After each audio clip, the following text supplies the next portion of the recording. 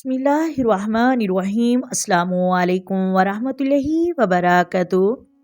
محترم ناظرین، خوشخبری درود ابراہیمی کا حیرت انگیز واقعہ۔ یہ عمل آپ کی تقدیر بدل دے گا۔ بنگلے، گاڑیاں، دولت، عزت، شہرت اور مدینہ شریف کی زیارت اور زیارت مصطفیٰ صلی اللہ علیہ وآلہ وسلم اللہ تبارک و تعالی اپنی رحمت کے صدقے اور درود پاک کے صدقے ضرور عطا فرمائے گا۔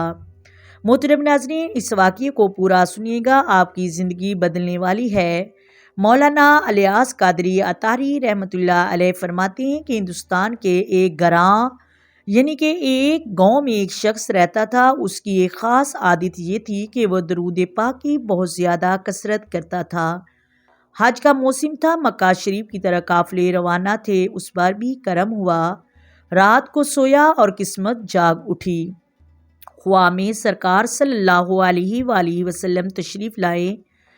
وہ عاشق رسول منظر کیا دیکھتا ہے کہ میں حضور کے ساتھ مسجد نبوی میں موجود ہوں اور حضور صلی اللہ علیہ وآلہ وسلم مسجد کے ایک مینار کی طرف اشارہ فرماتے ہیں کہ میرے دیوانے، یہ دیکھو، جو میری مسجد کا مینار ہے تھوڑا شکستہ ہو گیا ہے، اسے مرمت کرو، اس کو ٹھیک کر دو۔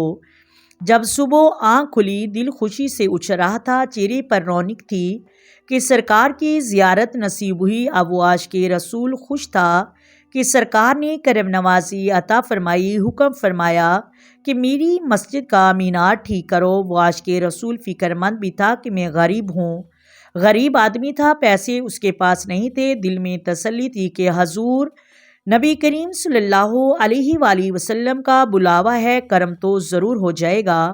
اس نے اپنے اوزار تھیلے میں ڈالے اور پیک کیا اور کندھے پر باندھا اور روانہ ہو گیا۔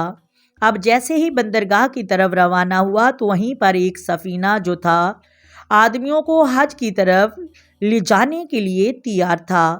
بات یہ ہے کہ اس سفینے والے جو کپتان تھے اسے چلانے کی بڑی کوشش کر رہے تھے، لیکن وہ چل نہیں رہا تھا۔ اتنے میں اس سفینے میں جتنے بھی آدمی تھے انہوں نے دیکھا کہ دور سے ایک دیوانے چلتے ہوئے آ رہے ہیں، جھومتے ہوئے چلتے آ رہے ہیں، تو انہوں نے سمجھا کہ شاید یہ مسافر ہے اور ہمارے ساتھ سوار ہونے سے رہ گیا، تو اس لیے اسپیشل کشتی بھیجی گئی اور وہ سفینے میں سوار ہوا۔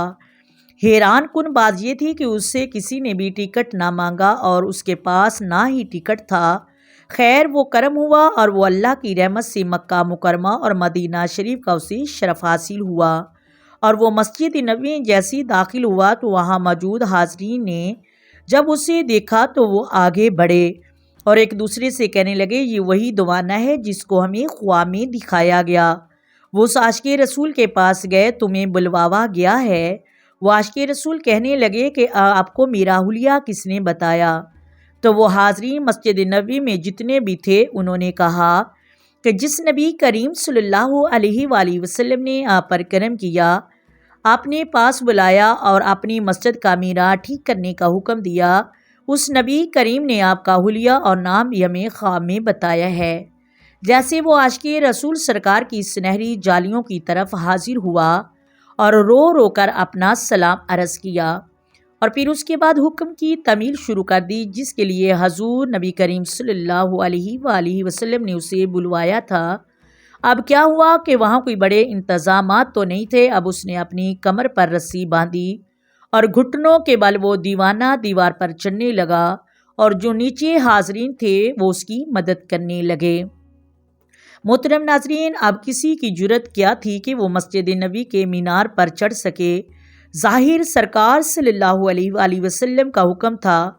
اوپر چڑھا، مینار کو درست کر دیا، اور جیسے ہی درست کیا اس کی روح پرواز ہو گئی، اور وہ دیوانہ گنبد خضرا کو دیکھتے ہی دیکھتے اس دنیا سے رخصت ہو گیا۔ ناظرین، اگر آپ چاہتے ہیں کہ ہمارے پاس دنیائی اور آخرت کی ہر عزت اور شہرت ہو تو کثرت سے میرے نبی کی ذات پر درود و سلام پڑھیں۔ انشاءاللہ دنیا میں بھی عزت دولت ملے گی اور مدینہ شریف کی زیارت بھی نصیب ہوگی، اور نبی کریم صلی اللہ علیہ وآلہ وسلم کی بھی زیارت نصیب ہوگی۔ انشاءاللہ ہر دلی مراد جلدی سے جلدی پوری ہوگی۔